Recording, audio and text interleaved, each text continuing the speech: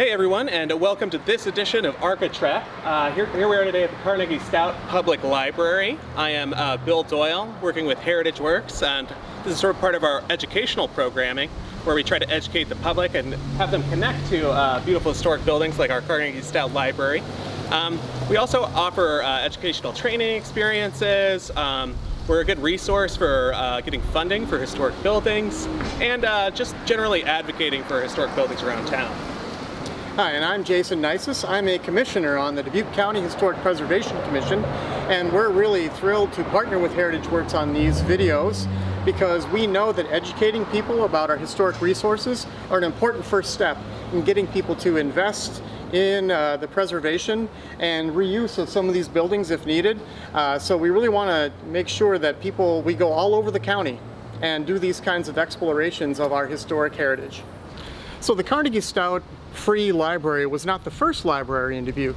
There were privately operated libraries that were run by men's literary associations and things for which you had to pay a small fee.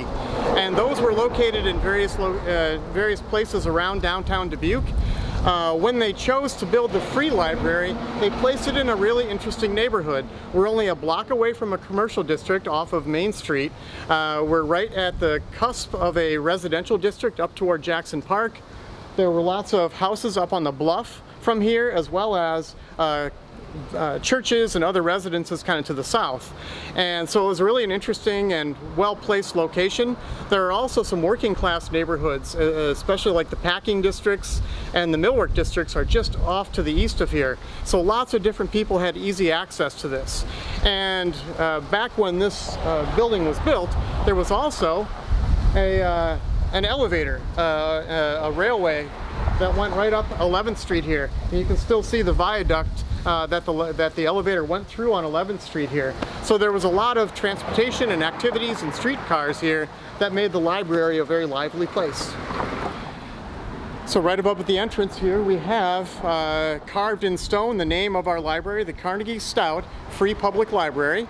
Andrew Carnegie, the well-known steel magnate and philanthropist, provided the initial funding to build this building, so it's why it's called the Carnegie Stout Public Library. Andrew Carnegie endowed libraries all across Iowa. Rural Iowa is dotted with Carnegie libraries. Carnegie funded over 1,700 libraries all across America and 2,500 libraries worldwide. So it really is his one of his big lasting legacies. Earlier, Jason mentioned that Carnegie founded almost 1,700 libraries in the United States. I just wanted to briefly touch on Carnegie's inspiration for the library system. Carnegie was an immigrant from Scotland who grew up basically dirt poor. He started out as a bobbin boy in a textile factory at age 13. When he was 17, Carnegie was eager to improve his lot in life, but he couldn't afford the $2 subscription to his local library in Allegheny City, Pennsylvania. Carnegie wrote a careful note requesting access for the library. He was immediately rebuffed by the library administrator. So young Andy forwarded the letter onto the Pittsburgh newspaper, whose readers found his case was made so convincingly that the library was then forced to open its doors to working men and apprentices like him. Shortly thereafter, Carnegie taught himself how to operate the telegraph, and then he went on to finding success in the railroad business and then steel. And that's where he made his fortune, in the steel business with very dangerous steel factories. So, when Carnegie eventually sold his company in 1901, he became the richest person in the world. And he's really interesting because he's got these contradictions. You can't totally call him a champion of the people, even though he founded so many libraries, because in his steel factories, where he amassed his incredible fortune, they were really designed for maximum output. Workers worked 12-hour days, 6 days a week, and they worked around these really dangerous blast furnaces with molten metal and I think metal fumes. And, they just became exhausted from working so hard. Which leads to one of the more problematic aspects of Carnegie in history was his involvement in the Homestead Steel Strike in 1892, which many remember as the most brutal strike-breaking operation that happened in the 19th century. But on the other hand, Carnegie did see the ways in which the Industrial Revolution had warped the world. So in 1889, Carnegie actually wrote a treatise on philanthropy and kind of started a philanthropic movement, or at least gave it a really important founding document. But in the Gospel of Wealth, he basically argued that the wealthy people should give so that the poor people could improve their lives and the lives of society. So yeah, I think Carnegie saw his access to the library as the foundation of his wealth and the success it was built on. And I believe that's why he donated so much money to building so many libraries. So who was the other character attached to the Carnegie Stout Public Library? It was none other than Frank Stout, who was the son of a wealthy Dubuque industrialist named Henry Stout. Frank's father, Henry, made his fortune in the lumber business, really along the steamboats on the Mississippi River. So, Frank began working for his father as a clerk for one of his companies, and he went on to become the vice president of the Iowa Trust and Savings Bank. He was the treasurer of the Julian and Wales Hotels. He was important for his involvement with the Star Electric Company, and he was credited with the merger of the streetcars in the 1900s. Frank spent most of his working life in Chicago and made a fortune in the railroad business. He was involved in a number of businesses, but he was gradually pulled towards Chicago for his business opportunities, and slowly sort of pulled out of his various business interests in Dubuque. So it was during that time, when he was pulling out of Dubuque, that he donated the land that was to be used for the Carnegie Stout Public Library when it was built in 1902. When Frank died, he had such success in the railroad industry that he was one of the 10 wealthiest people in all of Chicago.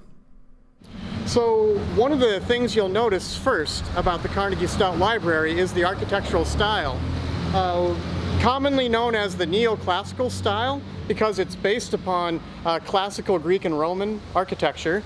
This was a very common style for things like libraries and government buildings and banks at this time, because it was really supposed to represent the epitome of Western civilization. Thinking back to the foundations of modern philosophy and mathematics, and all these sorts of things were founded by the Greeks and Romans, and here we are kind of coming full circle with the pinnacle of Western civilization embodied by this architectural style. So there are some very common elements that we see in many neoclassical buildings. At the top, that large triangular shape is called a pediment. The pediment is, in this case, is sitting atop these columns, and there's a large open space behind the columns. When you have that open space behind the columns, like a porch, it's called a portico. So this has a portico entrance topped by a triangular pediment. At the very top of that pediment, there's a floral shape, and because it's at the top, you can imagine like when acrophobia is a fear of heights. That piece of ornament at the very top is called an acroteria, and the shape is known as an anthemion. So that's a very common element in neoclassical design. As we come down, you can see that on the inside of the triangular pediment and right below it are some classical brackets, again with that floral pattern on them. And right on that big horizontal edge of the triangular pediment, you see those little rectangular, they look like little teeth coming down. Those are called dentils, named because they look like little teeth. Those are called dentils. Then as we come past to the entrance again, these are Corinthian columns. You may remember from your schoolwork and things like that in history class that there are several different orders of classical columns: Corinthian, Doric, all these sorts of things. And these are the Corinthian style. The defining characteristic is that floral pattern at the top, and then these deeply fluted columns as they come down. The entrance to the library too has this wonderful staircase coming up to the original main entrance of the building, flanked by two stairwells, one on this side and one on the other side, that go down to an empty space behind the staircase where there's access into the lower level of the library for access into what was originally storage and those sorts of things. So as we can see here, this is a really great example of that neoclassical style. The architects on this building were W.G. Williamson and John Spencer of Chicago. And at this time, most architects, all architects I should say, were trained almost exclusively in this neoclassical style. The École des Beaux-Arts in Paris was the pinnacle of education at this time, and they only taught architects how to do this. And largely architecture was taught, and your success was measured by how well you replicated these neoclassical designs. So here on Bluff Street there was another entrance that the public could use to access the library, and here we get to see some of the architectural details really up close. The ones at the main entrance are rather far away, but we've got some lovely stonework here carved right into the Indiana limestone. Another acroteria that's kind of Anthemian style, along with some brackets and other carved details.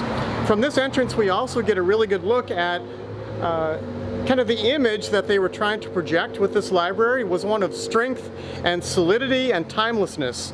That's one reason that architects would choose this neoclassical style, is you want to make sure that these civic institutions look like places that were going to last forever. And if you look at the windows here at the base of the building, the windows are kind of inset, giving you the sense that these walls are big, thick masonry walls made out of stone that's just never going to go away. So it really gives you that sense of solidity and permanence that they wanted in these wonderful civic institutions. So it's very common in most kinds of architecture that you spend the most money and put the most effort on the parts of the building that are going to face the street to give that sense of elegance and style. Here this is the south-facing facade of the building that faced an alley. And here you can see that rather than using the Indiana limestone, they use light-colored brick with very little ornament or anything like that, just because they didn't need to have all that fancy ornament if it was only going to be in the alley. Here we also get to see that most of the foundation of the building is actually these large blocks of probably locally quarried limestone. So early on in the library's history, they had purchased a plot of land that was just adjacent to the original library structure in case they needed to expand. In 1981, they built that expansion onto the east side of the original building.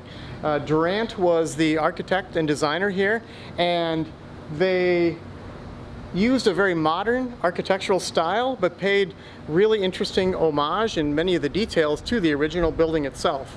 You can see that the rhythm of the columns, even though these are not big Corinthian columns, the rhythm of the columns and the dark space in between kind of has that same sense and feel as the Corinthian columns at the entrance of the original building. Right in between at the top of the glass, you can see that diagonal grid, that shape on there is the same as that diagonal grid shape that's above the windows behind the portico of the original building itself too.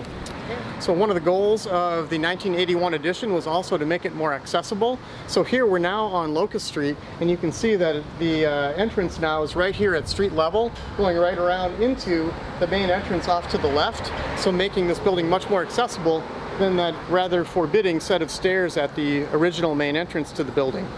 As we wrap down on Locust Street, you can see that ashlar limestone continues down, and right at the end of the building you can see where the loading dock is. So this kind of gives you an idea of how the building addresses the Locust Street facade, as well as how it comes around and integrates into the original structure.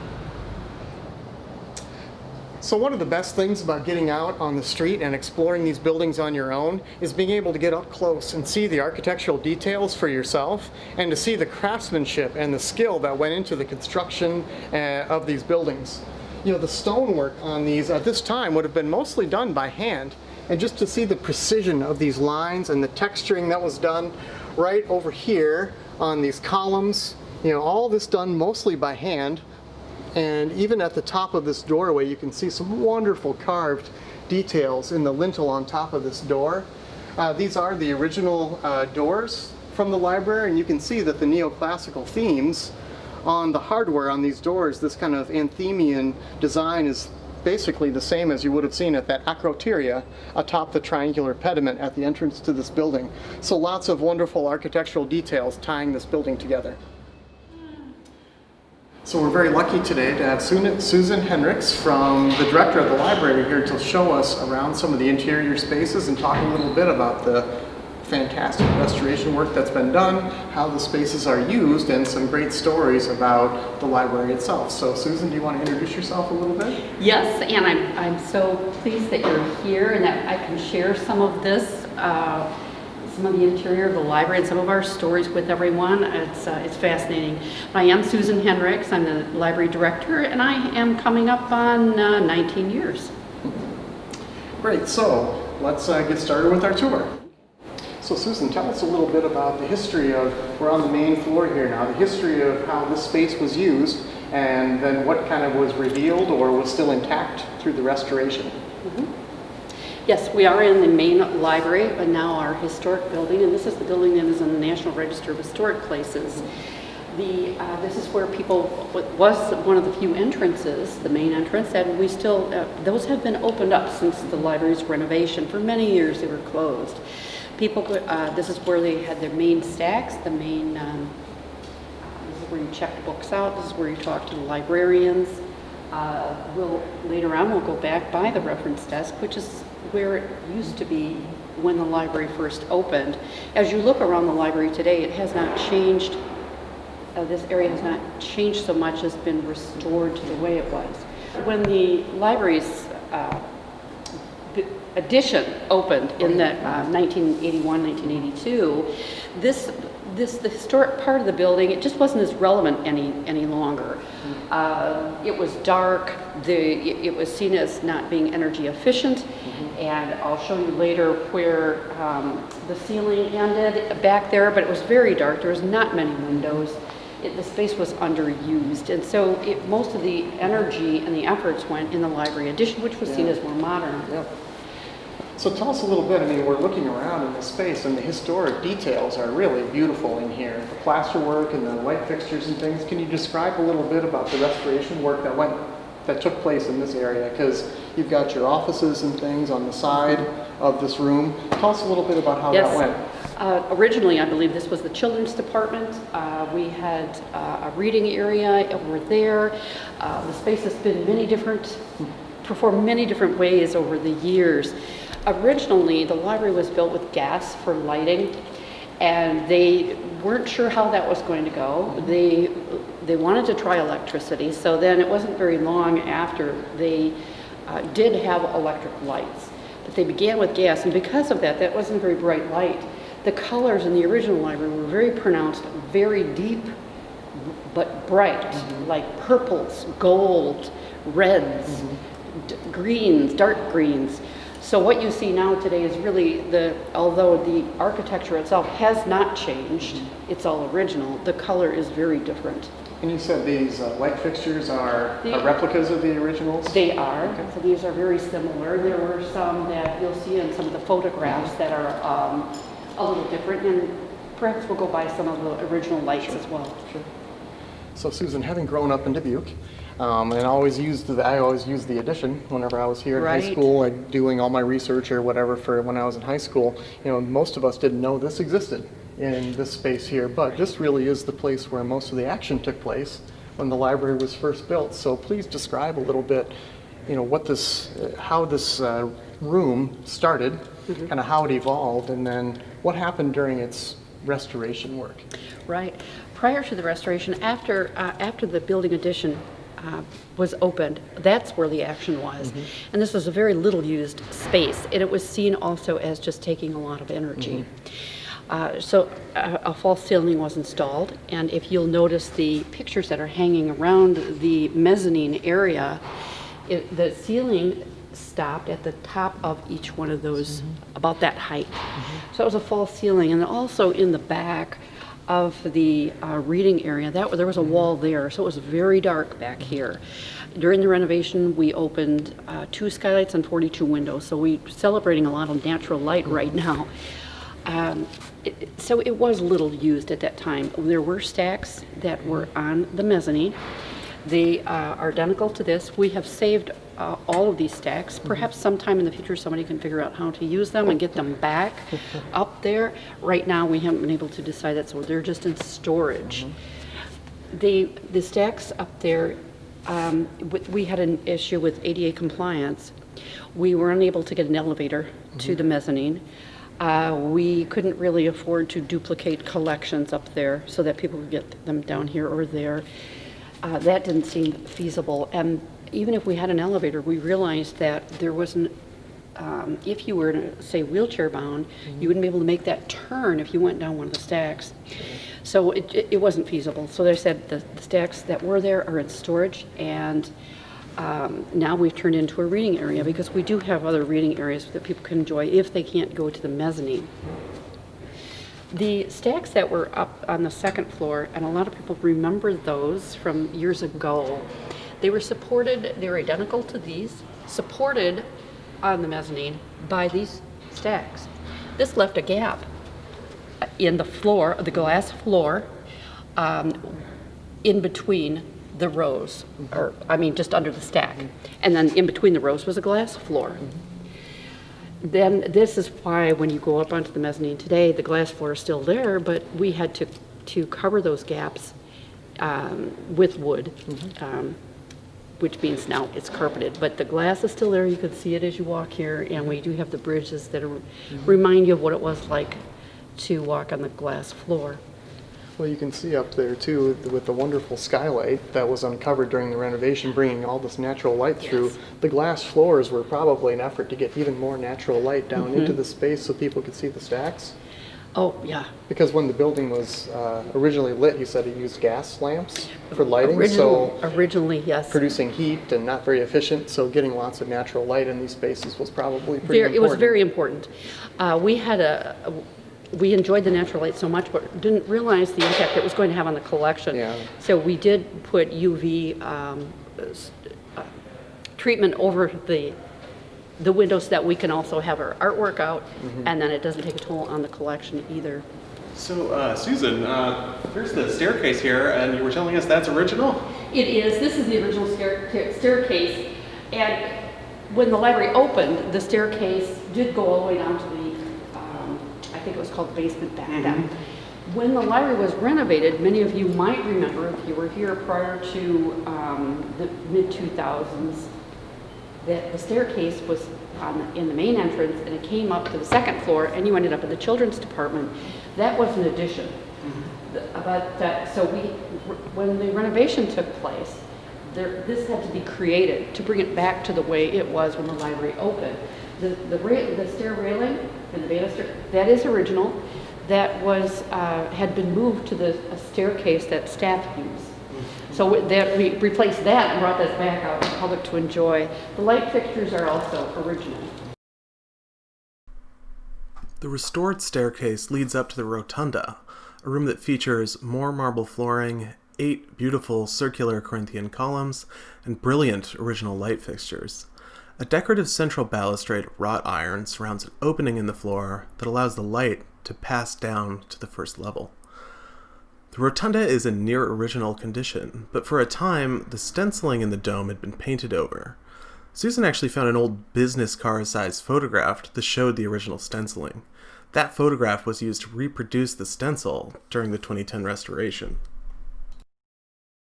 So Susan, there's always been a really close connection between the library and the arts community. Yes. And a lot of the patrons of the library were huge supporters of the arts. So tell us a little bit about how the library has been involved with collecting art and some of the famous pieces that you still have in your collection. Yes. The library has a long history with the arts, and it was the art museum in 1901. And many of the acquisitions were gifts. There was a gift trust set up, bequeathed by Mary Lull in the late 1920s, and the interest from that fund could be used to purchase art, and the library board did that. This is one of the acquisitions. This is an Anthony Teamy called Main Street Rockport. This is a very well-known American artist. I can show you some others on the second floor that were purchased from the Lull Art Trust Fund. And the two that are most noticeable that people are going to recognize are the two Grant Wood paintings. Those are on loan to the Dubuque Museum of Art. We have the Appraisal and Victorian Survival. Both of those, as I said, are at the museum. Those were purchased with proceeds from the Lull Art Trust Fund. The appraisal was purchased for $350 and Victorian Survival for about $750. Today they are worth about $21 million. So they've made a good investment. We are now in the library's auditorium. This is the original art room of the library. The library was very active in the arts and changed the exhibits in the art room very frequently. The City Council also met in this room for 25 years. Now we use it for programming and events at the library.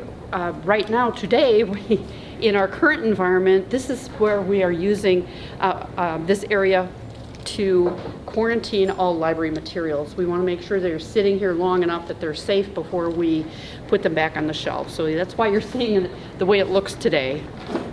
The skylight was opened during the renovation. It had been closed for maybe 50 years. So that was just the most pleasant surprise to see that open up and give us that extra light. So Susan, now we're under the original building, kind of the basement of the library, and it looks a little bit different than the rest of the space. Do you want to talk about it a little bit? It does indeed. In fact, this was called it was the basement back in the day. We call it the first floor now because when you can enter in this floor off the street. But it was originally the auditorium, and the true definition of the auditorium with the sloped floor and the stage, and all of the chairs were here with the stage being at the end there. When that went away, when the library was remodeled over the years, this turned into the adult services collection where they had all of their books and the microfilm machines here. All of the windows were completely blocked and there was a false ceiling. It was very dark. It was always a challenge to get the right light in here. So it was definitely a breath of fresh air to open up all these windows and be able to reuse this space. So Susan, we're now standing in the 1981 addition to the library, and when this was first constructed, it was very much its own standalone building, right? And didn't really relate very much to the other structure. Tell us a little bit about how you, during the renovations, tried to integrate those buildings together a little bit more. Yes, very much. We definitely had two different buildings going on here, and especially since one was almost closed off, you just didn't pay attention to it. One reason is because there was just one narrow corridor coming on the second floor into the building addition.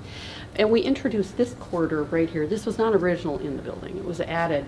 But that gives us two corridors now on the second floor of the library so that you get almost like a tic-tac-toe effect. You can see all different ways. You can see across the library. Then tying it in with the design, with the carpeting and other interior finishes, it ties the library together very well for the first time.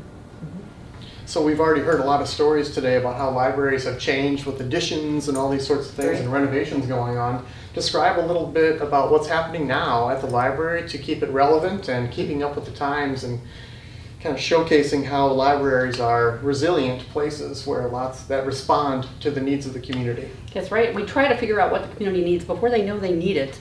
We still have the old bread and butter. We have our books and magazines and newspapers and movies, and we do a lot of that. But we've also got our foot in the digital world. You can get e-books and e-audiobooks, many informational databases, and we're now standing in the makerspace. This is a collaborative working environment, or you can just come here and work on your own. That's perfectly acceptable. We have 3D printers. We have a laser cutter engraver that will work with leather, metal, glass, paper, of course, wood. We have an embroidery machine, sewing machines. If you're interested in crafting, you can make jewelry. You can use the Cricut machine, make buttons. We have virtual reality in here. We have a green screen in here. We have a soundproof room for recording if you want to make a podcast or do any voiceovers. This is the kind of engraving that I'm talking about. This is very popular at Christmas time, that you can have your items personalized, and a lot of craft items that go on in here. I would encourage you to stop in and take a look at the possibilities and find what you might even be able to check out, because we do have many items that check out. GoPro cameras, iPads, hotspots, digital cameras. I mean, I could go on and on. So do stop in and check it out. One would think it's very difficult to be truly sustainable and have green practices when you're in such an historic building. We felt perhaps this would be our case. The original building is on the National Register of Historic Places, and we thought that might hinder efforts. However, it worked. In fact, our entire renovation was done using green principles and with sustainability in mind. And the library is the first public library in the United States to have earned LEED certification for our practices in sustainability, as well as maintaining that distinction as being on the National Register of Historic Places. Just a few of the examples of what we were able to do when the library was renovated is we just made careful selections in our materials. For example, this is sunflowers were made this countertop. All of our carpeting is made from recycled materials throughout the library. We used no VOCs in our paint, and our insulation was similar to recycled blue jeans. The Carnegie Stout Public Library is really a representative of change. It's a wonderful example of how the old and new can come together. Architecturally speaking, the addition of the building began its life as an almost separate entity. Its own use almost seemed to have come at the expense of the original building. With the restoration, the two buildings have finally been integrated and have merged with one another in peaceful harmony. As an organization, even though our culture and technology are in a constant state of flux, the library has remained triumphantly relevant. The organization has evolved from being a straightforward repository of information with closed stacks to a building block of social infrastructure. It's now a place where people meet, build relationships, and learn together. All right, thanks everyone for joining us for this ArchiTrek. We had a lot of fun here today with Jason and Susan with the library. So, Jason, anything you want to say before we say goodbye to our guests? Yeah, it was great spending some time with you. These virtual tours have been a lot of fun, especially kind of getting behind the scenes with Susan. We hope that you'll join us again soon for our next virtual tour, and hopefully we're out on the street again soon as well. Special thanks too to our friends at the Dubuque Museum of Art for continuing to support this process, and we'll see you again soon. Thank you.